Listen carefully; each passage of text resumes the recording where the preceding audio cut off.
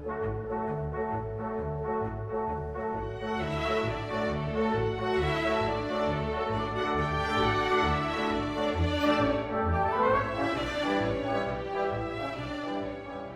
think it was one of the first things I danced. I was about 19 or 20. So obviously dancing it, during as a young member, you're dancing all the group roles, you know, and then as I got older and got more experience, I was offered bigger roles in the production. So I pretty much danced everything in the production apart from maybe Drosselmeyer. I think it's the only role I didn't do. So I've got so many memories from being involved in it and then learning from other people and then stepping up into those bigger principal roles and later on in my career. I never get tired of hearing the music. I mean, especially, you know, in the snow scene, it's just so magical. And then the big part at the end with the Sugar Plum and the Prince, it still gives me goosebumps. And I think it doesn't matter which production you're involved in, you get taken on a journey just with the music. Obviously, with our production, there's kids involved.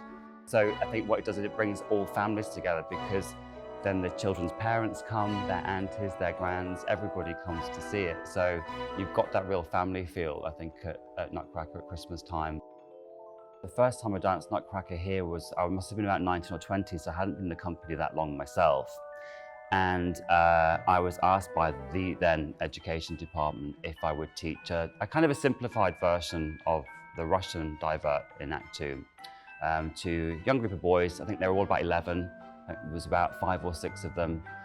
And one boy really stood out. He had these big blue eyes for a start, and he was just so focused and listened to every detail, wanted to do it again and again. And he just really, I remember he just really captured my attention because he was so attentive and just wanted to be the best he could be, even at that age. And then about 10 years later, Dancer arrived in the company. I was still here dancing, and I recognized him. And then we worked out after it was about a year of him being in the company. I was like, I'm sure I taught you when you were really little. And he said, yes, you did. And he'd not mentioned it either, neither of us mentioned it. So it's a really lovely moment because seeing him do so well now at Scottish Ballet, you know, he then went on to become a principal dancer here. So that's an incredibly special professional bond to come full circle and see him now, you know, really leading Scottish Ballet. It's really incredible. It's really special. What better ballet could you come and see than the Nutcracker at Christmas? I think, you know, as I say, really brings families together. The music's amazing. It looks gorgeous. You're going to go away with this ringing a step. I think it's just the perfect thing to come and see at this time of year.